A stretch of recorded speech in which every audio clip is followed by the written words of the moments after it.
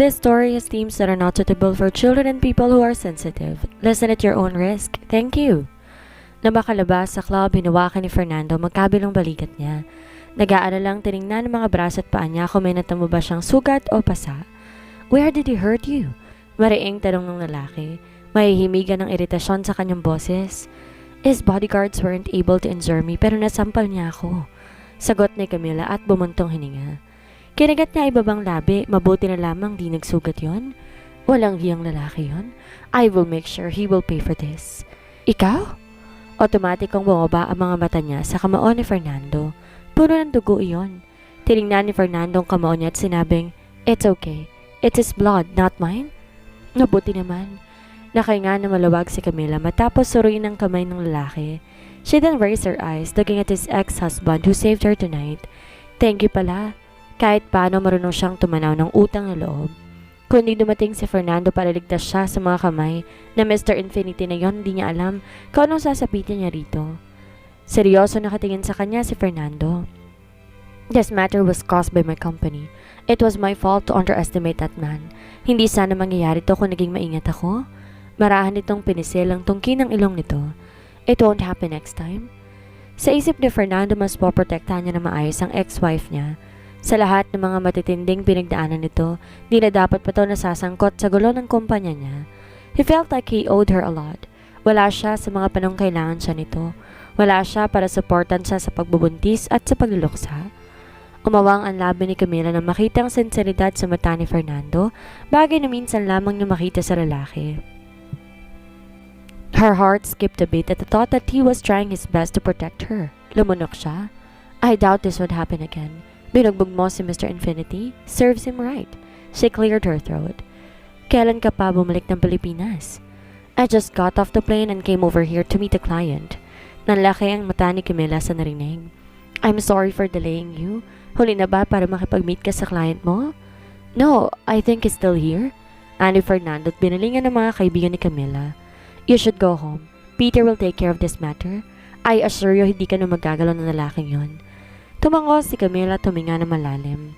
Mag-iingat ka, aniya. Fernando nodded his head. Isang sulyap pang binigay niya sa lalaki bago niya puntahan ng mga kaibigan. Di rin nagtagal, umalis na sila sa lugar na yon. Sinundan ng tingin ni Fernando ang kotseng sinakyan ng mga to pagtapos ay nagsalita. Track all the dealings with Mr. Infinity. We need ace cards in case he messes up with me. Yes, boss. Mag-aalas 12 ng gabi na makarating si Fernando sa lumang mansyon kung saan nakatira ang kanyang ama. He walked into the living room. Seconds later, he saw his old man coming downstairs. Oh, ba't nandito ka? Gabi na, tanong nito. Shouldn't you still be abroad? Maaga kang umuwi? Bumaling siya sa ama at sumagot. I came back as early as I was able to take care of some important matters there. Naupo sa sofa si Don Mariano at saka humikab. Nakainom ka yata. Napailing na lamang siya at naupo sa sofa na nasa gilid nito. I have to tell you something pa. Ani niya seryosong boses. Kumunot ang noon ng matanda. Ano naman yon? Sinandal ni Fernando ang kanyang ulo sa headrest ng sofa, matamang tinignan ng puting kisame. I have investigated Camila's past abroad. Panimula niya. Nanlaki naman ang mga mata ni Don Mariano. Did you find out something? Huminga siya ng malalim. Naramdaman ang pag-iinit ng kanyang mga mata. He originally had quadruplets babies pa. Wika niya sa nanulumong boses. But the other two died after she gave birth to them. Natigilan si Don Mariano sa narinig. Di niya maintindihan kung ba't ganong impormasyon na nakalap ng anak, gayong buhay na buhay ang dalawa pang batang tinutukoy ni Fernando. Namatay ang dalawa pang bata? Paano? Have you confirmed it at the hospital where she gave birth? Tumango si Fernando, tuminga na malalim. Tila may bumabaong punyal sa kanyang dibdib tuwing naiisip na namatayin siya ng dalawang anak. Hindi man lang niya nahagkan ng mga to. Kumurap-kurap si Don Mariano, hindi maintindihan kung ba't gano'n ang pinalabas ng ospital. The children are obviously alive and well. It was like someone was trying to hide the truth. Tinignan ni Fernando ang ama. Is this what you asked to figure out before? You went to Camila's place that day. Did she mention this to you? Di malaman ni Don Mariano kung ano isasagot. Sa huli, iniling niya ang kanyang ulo. He could not tell him for the time being that the other two children were still alive. Paano ba naman napaka-komplikado na sitwasyon? Pati siya nalilito. Kailangan niyang kumpirmahin ang bagay na to kina Lucia at Matias. Napuno ng katahimikan ng sala. Ilang beses bumuntong hininga si Fernando. Kasalanan ko to pa, aniya sa malungkot na boses. Responsibilidad ko sila pero naging pabaya ako. I am so sorry for what Camila has gone through all these years. It must have been hard for her to lose our children. Seryosong tinignan ni Don Mariano ang anak. Kung talagang nagsisisi ka sa nangyari at pinagdaanan ni Camila, dapat itama mo ang mga maging mali mo, Fernando. Huwag mo nang tangkaing pahirapan pang ex-wife mo. Tumayo si Don Mariano at bahagyang ngumiti. May pagkakataon ka pa, anak. Alam ko namang may pagtingin ka rin sa dati mong asawa. Sana'y maging matalino ka na at gumawa ng hakbang para magkaayos kayong muli. Huwag mo nang saktan si Camila. Yun na lang ipapakiusap ko sa'yo, Fernando. Nag-angat ang tingin si Fernando sa ama, tsaka tumango. Yes pa, I won't hurt her again, aniya. Kinaumagahan pag-alis ni Fernando at ng mga bata sa lumang mansyon, nagdesisyon si Don Mariano na bumisita sa villa ni Camila. Sa pagkakataong yon, wala na si Camila sa villa at tangi ang dalawang matanda at ang kasambahay na lamang naroon. Ang buong akala na mag-asawang Lucia at Matias. Bumisita lamang si Don Mariano roon para makipaglaro ng chess at magtsaa. Ngunit nang makaupo sila sa sala, sinabi nitong totoong pakay. Sinadya ko magpunta rito nung wala si Camila dahil may gusto ko itanong sa inyo, Ana Don Mariano. Nagkatinginan na mag-asawa. Kunat noong bumaling si Matias sa Don. Ano yon, Mariano? Gusto kong malaman ng totoo tungkol sa dalawang batang nakatira dito. Nagulat ang mag-asawa sa sinabi nito at agad silang nabalisa habang nililihis ang tingin sa matanda. Ano naman tungkol sa mga apo ko, Mariano? Tanong ni Lucia. Naningkit ang mga mata ni Don Mariano. Sa kilos at panalita pa lang na mag-asawa, mukhang tamang hinala niya na may alam ang mga to. I know everything, Lucia. Matias, na quadruplets ang naging mga anak ni Camila. Ang dalawang bata nakatira dito habang ang dalawa nasa poder ng pamilya ko. Di agad nakapagsalita ang mag-asawa. Gulat na gulat ang mga to sa siniwalat ni Don Mariano. Nagtataka rin sila paano nalaman ito ang sekreto ng apo nilang si Camila. I don't understand, Mariano. Ano bang ibig mong sabihin? Wika ni Lucia na gusto pang i-deny ang katotohanan. Bumantong hininga si Don Mariano. Mukhang walang balak makipag-ayos ang apo ninyo sa anak ko. Tama ba? Kung ganon, gusto lang niyang makuha ang dalawang bata kay Fernando. Kaya niya nilihim ang katotohanan sa pamilya namin. Napag-isip ni Matias, hindi na nila may kakailang katotohanan. Kaya naman sinabi nitong, That is indeed the case, Mariano. Gusto ni Camilang makuha ang mga anak niya kay Fernando. Galit ang apo ko sa pamilya ninyo, Mariano. Buong akala niya noon patay na mga bata. Pero yun pala lihim na kinuha mga to sa kanya. Fernando stole her children away. Pahayag ni Lucia, ang boses ng aakusa. Kaya hindi mo man masisisi ang apo ko. It was the Madrid family who didn't want her. She was left alone and helpless, traveling far away from home to give birth to quadruplets. Walang ginawa si Fernando para suportahan siya, bagkos ninakawan pa siya ng mga anak. Matapos siya maghirap sa pagdadala at panganak sa mga to, di niya matanggap na pinalabas ng anak mo na namatay ang bata. Your family's dishonesty pushed her to come up with this decision. Kumunot ang noon ni Don Mariano sa narinig. Hindi magagawa ng pamilya namin o ng anak kong binibintang ninyo, Lucia. Na hindi nga namin alam na nagbuntis si Camila. Nalaman na lang namin na makita namin ng mga sanggol sa harap ng lumang mansyon ng pamilya ko. Buong akala namin inabando sila ni Camila. Hindi yan totoo. Hindi magagawa ng apo ko ang bagay na yan. Mahal na mahal niya ang mga anak niya. Iling ni Lucia. Hindi ba kayo naniniwala sa akin? Inis na wika ng Don. Mahal ko ang apo ninyo at palagi akong umaasa na magkabalikan pa sa rin ni Fernando. Kung alam ko lang buntis siya noon, hindi ko na sana niyan ang anak kong iwan siya. Hindi ko rin kukonsintihan ang pagnanakaw sa mga bata. Natahimik at nagkatinginan ang mag-asawa. They've known Don Mariano for a very long time. Alam niyang dito magsisinungaling para lang pagtakpan ng anak. Sa huli, parehang bumuntong hininga ang mga to at tumungo. Naniniwala na kami sa iyo, Mariano? Sabi ni Matias at tumikim. Pero sana'y maintindihan mong susuporta kami sa apo namin patungkol sa pagkuha sa mga bata. Tumango naman si Lucia. Marami nang dinanas si Camila sa loob ng maraming taon.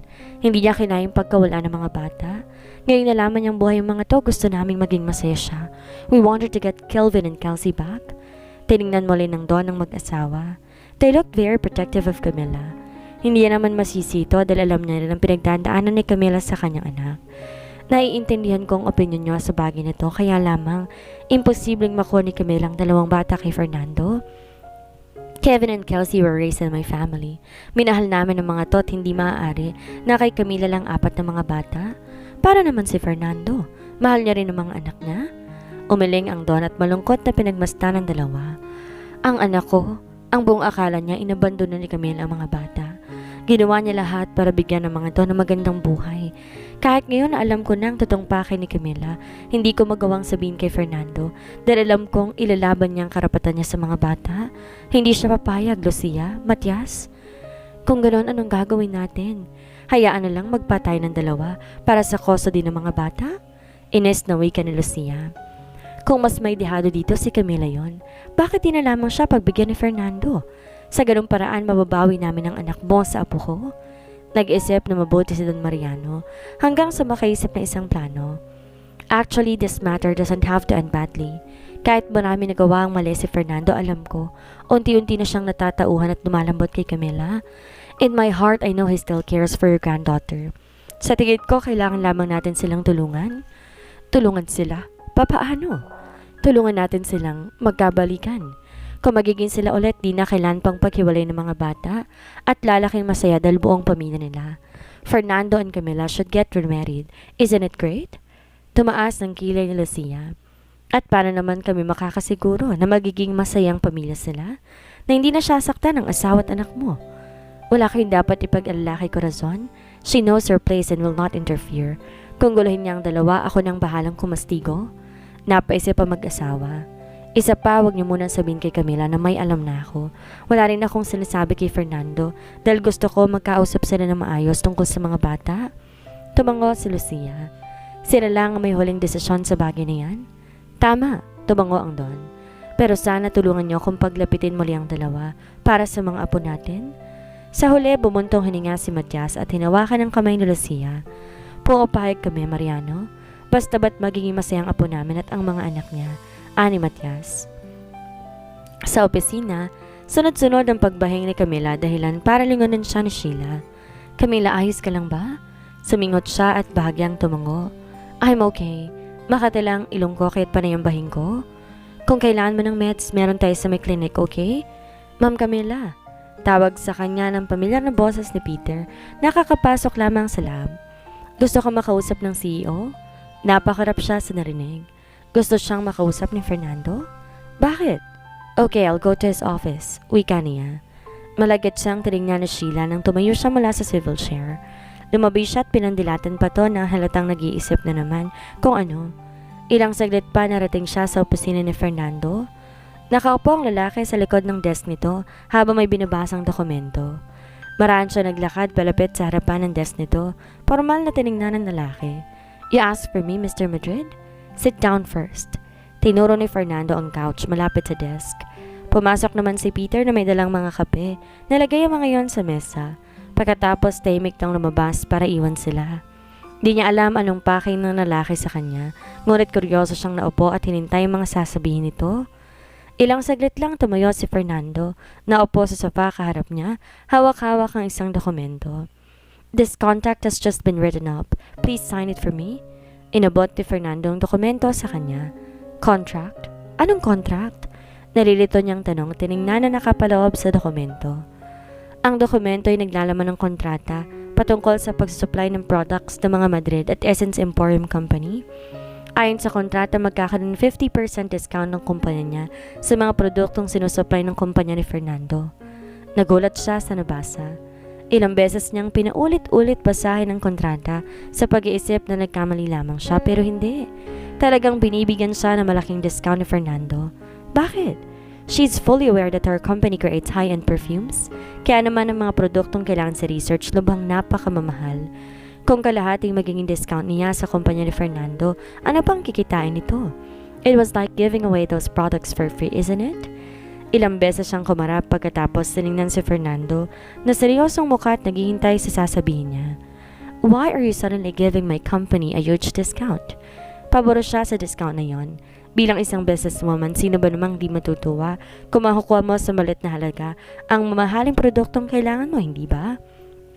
Pero di niya maiwasan isipin ang magiging epekto nun sa kumpanya ni Fernando.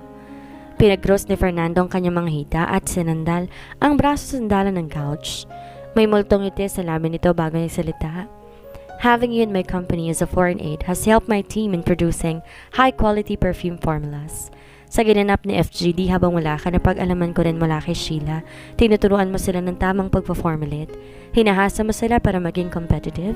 And last night you had a chance to take Mr. Infinity's offer, but you didn't do it. So I thought about giving you a reward for your hard work and loyalty to my company. Laglag pa ngang tiningnan niyang dating asawa. Mukhang nasa mood ito at handang ibigay lahat ng gusto niya. Pero tama bang kalahating porsyento talagang discount ang ibibigay sa kanya? Isa pa, bayad naman siya sa pagtulong sa kumpanya. Fernando tilted his head, seemingly observing the expression on her face. You only have one chance to take this offer. Bukas, wala na yan. Nagpasalit-salit ang tingin niya sa kontrata at kay Fernando. Naguguluhan pa rin siya ba't ang bait-bait nito sa kanya ngayon. Pero di niya mapahindian ang offer nito. Sayang kung tatanggihan niya. No, fine? Tumikhim si Camila at taas noong ngumiti. Kung talagang gusto mong ibigay sa kumpanya namin ng gantong discount, sino ako para pahindian ka?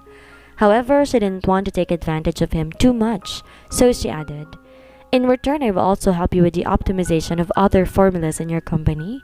Ngumiti siya at kinagata ibabang labi. Except ang mga formula na dinadevelop ni Nikki. Hindi niya kailanman gagalaw ng formula ang ginawa ng babaeng yon. Kahit si Fernando pang magmakaawa. Bahagyang ngumiti si Fernando at saka sinabi, then it's a deal. Tumango si Camila at saka tahimik na pirmahan ng kontrata. Pagkatapos tumayo na siya. I'm done signing the contract. Babalik na ako ng trabaho. Aniya. Do not rush to leave after work. Let's have dinner together. Diretsong wika ni Fernando. Nagulat si Camila nang marinig yon. Tila ba na-excite ang kanyang puso dahil bumilis ang tibok nito. Was he asking her out? Dinner? Tayo?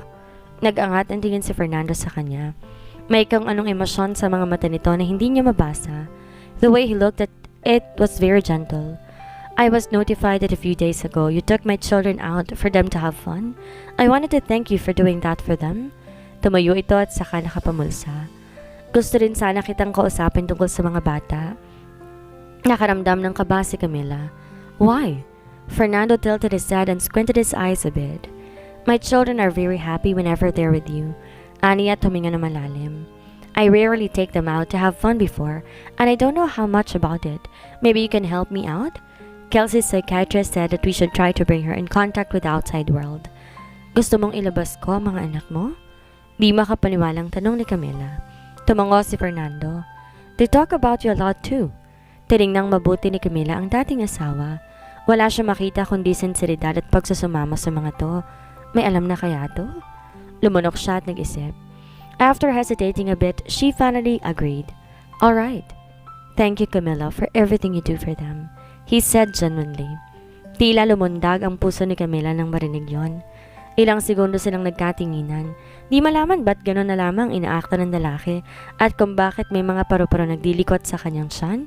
It just felt surreal. Then, can I go now? Wika niya at nag-iwas ng tingin dahil ramdam na niya ang pamumula ng mga pisngi.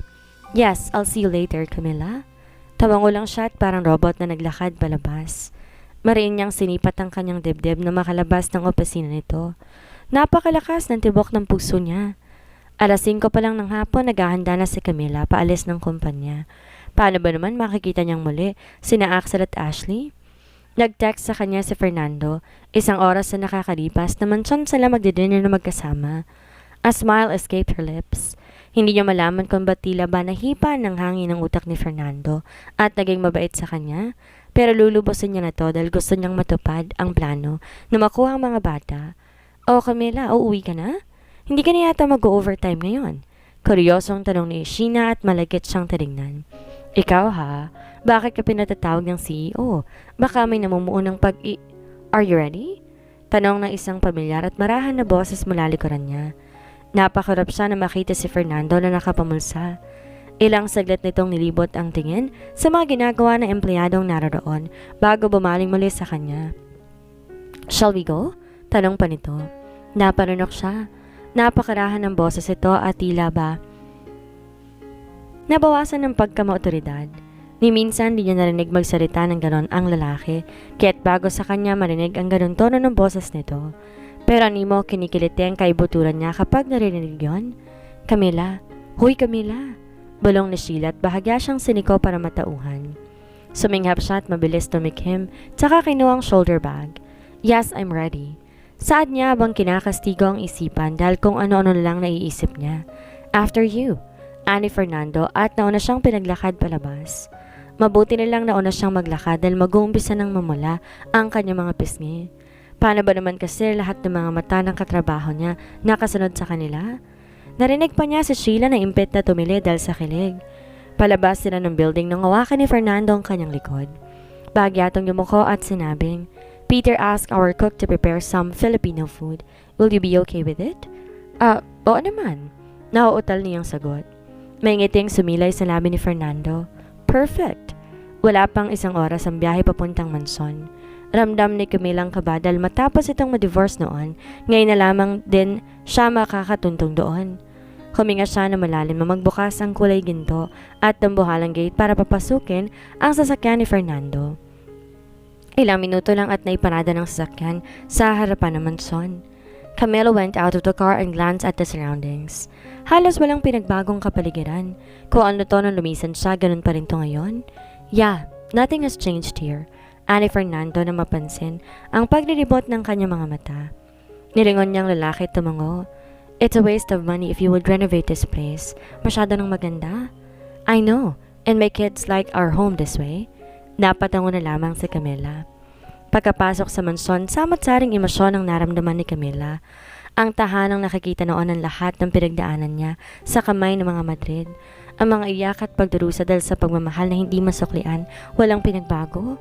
Kung meron man ito marahil ay mukha nitong masayang tahanan dahil sa dalawang batang naroon. Naglalaro sina Axel at Ashley sa sala.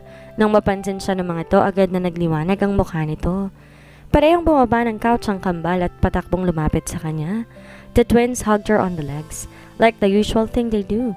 Tita Pretty, you're here, wika ni Axel. Tumawa siya at tumango. Bahagyang yumuko para mahaplos ang ulo ng mga anak. Yes, your daddy invited me for dinner. Kinindatan niya ang dalawa.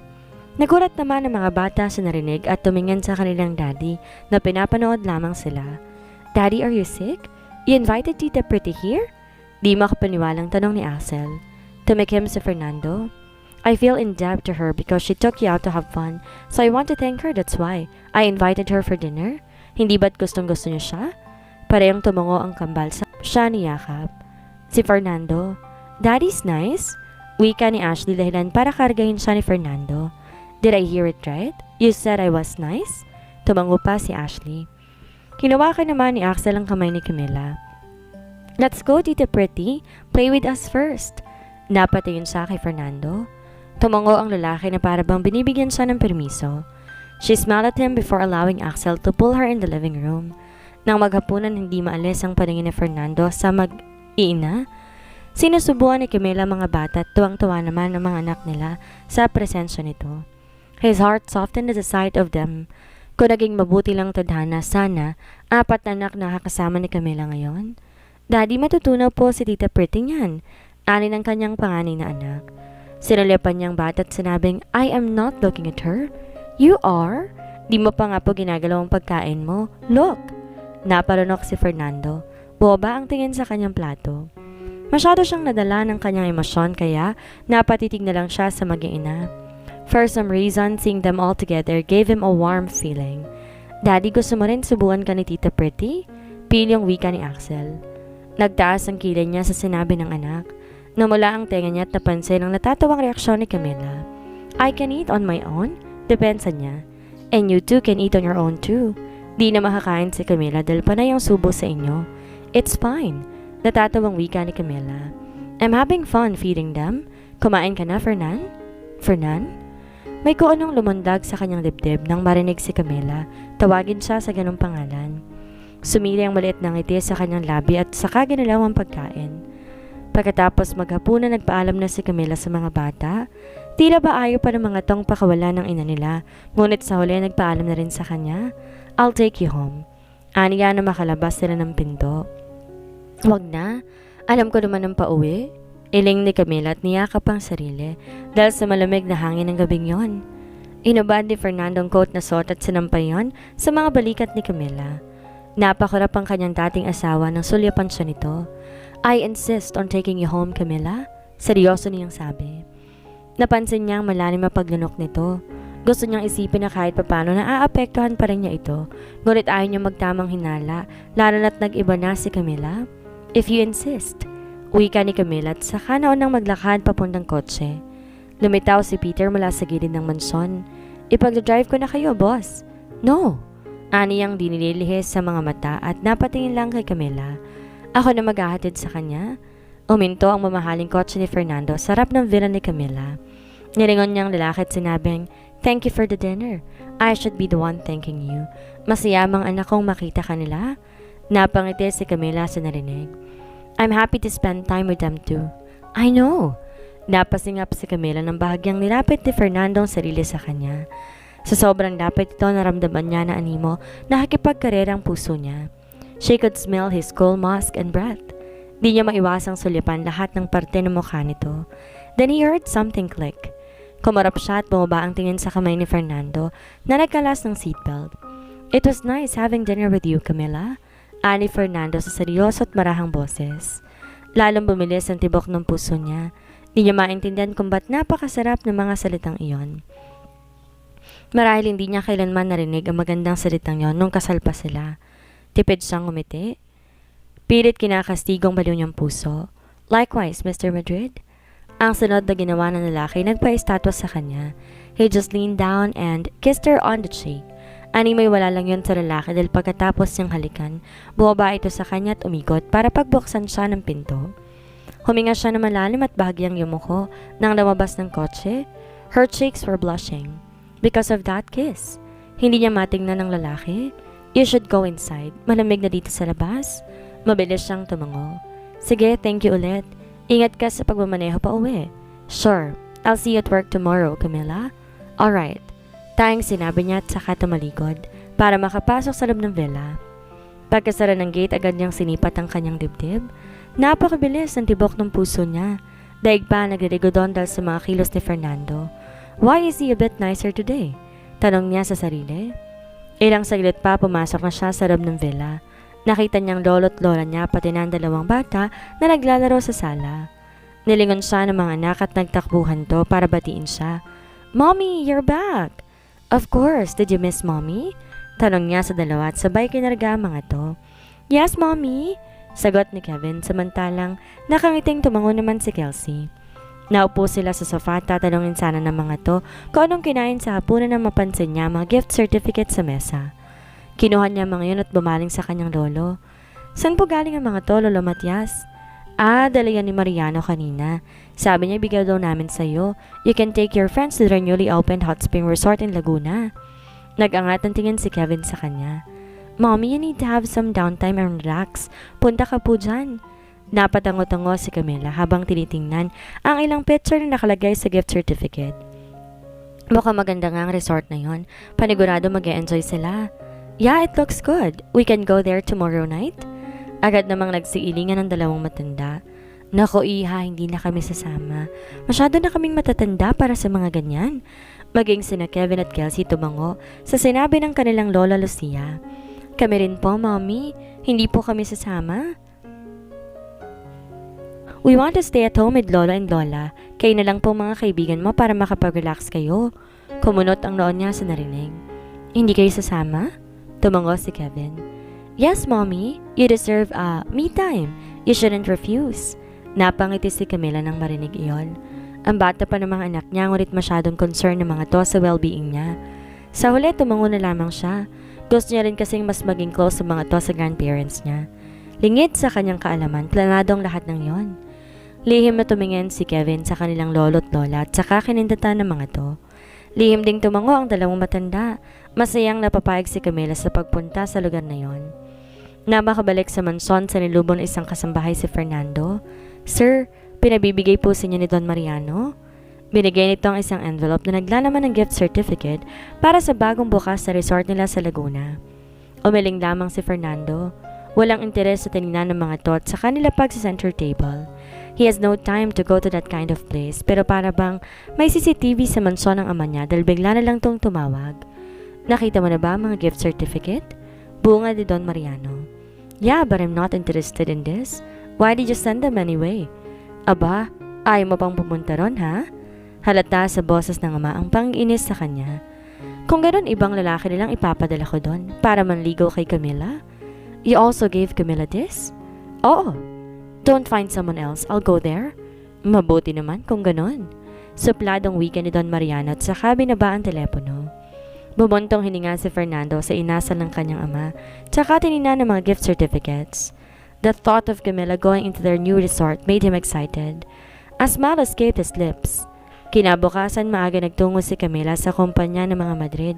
Binigyan sa Sheila ng isang gift certificate. That's for you. Kinuha yun ni Sheila at tinignan. Nagulat to at biglang napatalon. Wow! Sasama ako. Naku, tagal ko nang di nakakalabas ng bahay. Thank you, Camilla. Hindi ba itong bagong bukas na resort na pagmamayari ng CEO? Natawa si Camilla at saka tumango. I want you to come with us, Sheila. Pasasalamat ko rin kasi palagi ka nakasuporta sa akin. Ang sweet mo naman. Siyempre sasama ako. Excited na ako, Camilla. Nagtawanan sila. Okay, we'll go there after work today. Medyo malayo kaya doon na tayo mag-overnight. Si Pia nang bahala sa mga susuotin natin, okay? Sheila nodded happily. Okay, exciting to. Pumunta si na Camilla sa resort sa Laguna matapos ang kanilang trabaho. Halos lahat namangha sa ganda ng lugar. Wow, fresh naman ang hangin dito at mukhang maganda sa loob. Bulalas ni Sheila. Napangiti si Camilla sa narinig. Halos 2 oras na naging biyahe nila papunta sa resort sa Laguna at ang magandang kapaligiran ng resort nagpapawala ng kanilang pagod. Ang resort tinayo sa malapit na bundok ng Mount Makiling. The scenery was very pleasant and relaxing. Wala masyadong tao dahil ang tinanggap lamang dito ay mga VIP guests. Who would have thought it would be here? Grabe, nagtatype lang naman ako ng sandamakmak na report, tapos biglang may imbitahan dito? Iba talagang karisma mo, Camilla, sa ex-father-in-law mo. Pilang asar ni Pia sa kanya. At nahatak pa ako. Thank you, Camilla. Lahat talaga na magagandang bagay nangyayari kapag nandyan ka. Sabi naman ni Sheila. Natatawa siyang nag-irap ng mga mata. Mukhang binubola pa siya ng mga kaibigan. Nang makapasok sila sa lobby, agad silang inasikaso ng receptionist. Tinulungan sila nito sa kanilang mga bagahe at nakapag-check-in na maayos sa isang marangyang presidential suite. Laglag pa nga nilang nilibot ang buong suite. Sabi ng receptionist, inabisuhan nila ni Don Mariano na ibigay sa kanila ang pinakamagandang suite. May 3 kwarto sa loob, mamahalin bawat furniture at may private infinity hot spring na makikita mula sa glass window. Nag-umpisa silang mamiling magiging kwarto nila at nag-ayos na ng mga gamit. She was about to call her kids. Gusto niya sana ipakita sa mga bata ang magandang hot spring nang biglang sumulpot si Pia at hinila na siya. Turn off your phone. Dapat mag-relax ka ngayon? Anito. But I'll just make it quick. No buts, Camilla. Pinandilatan siya ng mata ng kaibigan. Tara na, let's have dinner first in the restaurant, then tomorrow we can go shopping. Sounds fun? Sumulpot din sa Sheila na hinimas-himas ang tiyan nito. I agree. Kain na tayo, Camilla. It's past 7 o'clock. Mamamatay na ako sa gutom. Napailing na lamang siya, natatawa. Alright, bumaba na tayo bago makakain na. Pumalakpak sina Pia at Sheila. Sabay-sabay silang bumaba sa first floor at pumunta sa restaurant ng resort. Nakapasok na sila sa restaurant na mapahinto sa paglalakad si Camilla. Nakita niya kasi ang isang pamilyar na lalaki nakaupo malapit sa bintana. It was Fernando. Hindi ito nag-iisa dahil kasamang tauhan na si Peter at ang kaibigang si Manuel. Seeing these people, Camilla was a little dumbfounded. Bakit naroon ang mga to? Dahil konti lang tao sa restaurant na gabing yon, madali siyang napansin ni Fernando. Agad bumilis ang tibok ng puso niya na magtamang kanilang mga mata. Nagulat din siya na marinig ang pamilyar na batang boses mula sa harapan nila. Tita Pretty! Bulalas ni Axel habang patakbong papunta ang kambal sa gawin niya. Otomatikong niyakap ni na Axel at Ashley ang mga hita niya at masaya nagangat ng tingin sa kanya. Tita Pretty, you're here too. What a coincidence! Napakarap siya at bumaling muli kay Fernando, saka natauhan sa nangyari. Was this really a coincidence? Knowing Don Mariano, napapangiti siya. Lumuhod para yakapin ng mga anak. What are you doing here? Tanong ng pamilya ng boses ni Fernando na lumapit na sa kanila. Binigyan ako ng gift certificate ni Don Mariano, kaya narito kami ngayon. Kayo? Litong balik ni Camila. Fernando tilted his head and pocketed out one of his cents. This is one of our company's newly opened resort. I thought it would be nice to bring my children and friends here. Hindi pa masyadong perfectong facility pero marami rin po pwedeng gawin activities. Napatango si Camila at gumitit saka hinaplos sa mga buhok ng bata. Lumapit naman si Manuel sa kanila. Gwapong-gwapo sa suot na summer polo at board shorts. Since you girls are here too, why not join us at our table? Manuel offered coldly. Bumaling si Camila kina Pia at Sheila na tila ba nagulat din sa sitwasyon. Ayos lang ba sa inyo na sumabay sa kanila? Tanong niya sa mga ito. Parehong tumango ang mga kaibigan niya. Bumaling siyang muli kina Fernando at sinabi, "Okay, we will accept your offer." After all, she also wanted to spend time with her babies. This way please, ani Fernando at inanyayahan sila sa kanilang mga mesa. Nang maupo sa mesa ay nagpahanda si Fernando ng maraming pagkain. Naupo si Axel sa tabi niya at nagtanong, "Tita Pretty, how many days are you going to stay here?" Hinaplos niya ang pisngi ng anak. "Ngayong gabi lang. Bukas babalik na kami ng Maynila." "Wow, that means we can play with you po?" Excited pang tanong ni Axel. Maging si Ashley na excite na at di mapigilang yugyugin ang kanyang braso. Seeing her two adorable babies missed her so much, she naturally agreed. "Sure, later we'll play together." "Yay!" Di napigilang nagsalita ni Ashley. "I'm going to take a hot spring bath with Tita Pretty tonight." Tumawa si Camila. "Alright, Kelsey." Di naman nagsasalita si Fernando at pinapanood lamang ang mag-iinan niya. He was definitely in a good mood to see Camila in the flesh in their resort. Buong akala niya hindi ito pupunta. Habang pinapanood si Camila na pinapatawa ang mga anak niya, ay ramdam niya ako ng emosyon ang hindi niya mapangalanan sa kanyang puso. Sa una, hindi siya komportable sa pakiramdam na yon, ngunit habang tumatagal lalong umaalab pa, lalo't kapag nagtatagal ang tingin niya. Sa magandang mukha ng dating asawa, matapos kumain naglaro sila ng bowling, tuwang-tuwa ang mga bata sa paglalaro. Unang beses din maglaro ni Camila kaya naman nag-enjoy siya dito. Pagkatapos maglaro nagkayaan namang mag-inuman sa bar si Pia, Manuel at Sheila. Mabilis na tumanggi si Camila. Hindi maganda sa mga bata na makita tayo nagiinom. Hindi na ako sasama, I can just play with them while you guys are in the bar. Napanguso sina Pia at Sheila. Oo nga pala, masyado pang bata sina Kevin at Kelsey para pumasok sa bar. So, should we just cancel it? Prenteng tanong ni Manuel. You guys can go to the bar. Camila and I will take care of the kids and go somewhere else to have some fun. Natuwa ang dalawang kambal sa narinig at nagkatalunan.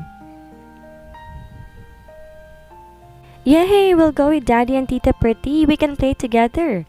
Napatingin naman si Camila kay Fernando. Pwede naman tong sumama sa bar kung gusto niya na uminom, pero pinili nito ang mga bata kaysa sariling kasiyahan. She couldn't help but smile. Fine, we'll see you later then. Ani Manuel habang nakangisi. Na makalis sa mga to, nagkatinginan sina Camila at Fernando. Tila ba nag-iba ang ihip ng hangin at pareho tong napaiwas ang tingin sa isa't isa. Napansin niyo ng dalawang bata at parehong hinawakan ng mga kamay nila. This is fun. We look like a happy family. Wika ni Axel sa masayang boses. Namula ang pisngi ni Camila sa sinabi ng anak at tinignan nito. Kumindat sa kanya si Axel at bumangisngis naman si Ashley. It feels like we have a mommy now that Tita Pretty is here. Right, Dad? Nanlaki ang mga mata ni Camila sa sunod na sinabi ni Axel. Saka sinulipan si Fernando nang nakatingin na sa kanya. Yeah, kalmadong sagot ni Fernando. Napangiti na lang si Camila sa kakulitan ng mga anak niya. Pansin din ang pagbabago sa mga kinikilos ni Fernando. Malamig ang panggabing hangin habang pinapasyal ni Camila at Fernando mga anak nila. Dalaw lang masyadong pambatang activities sa resort, minabuti nilang maglakad-lakad. The resort area is so beautiful at night. After all, di maiwasan ni Camilang makaramdam ng pagka-relax. It's been a while since the last time she had a vacation like this, and it was really worth it. Hinipa na malamig na hangin ang kanyang buhok. Dahilan para marahan niyang itago ang mga yon. at awiin ng mga takas na buhok sa kanyang noo at itago sa likod ng kanyang tenga. Fernando on the other hand was checking on her.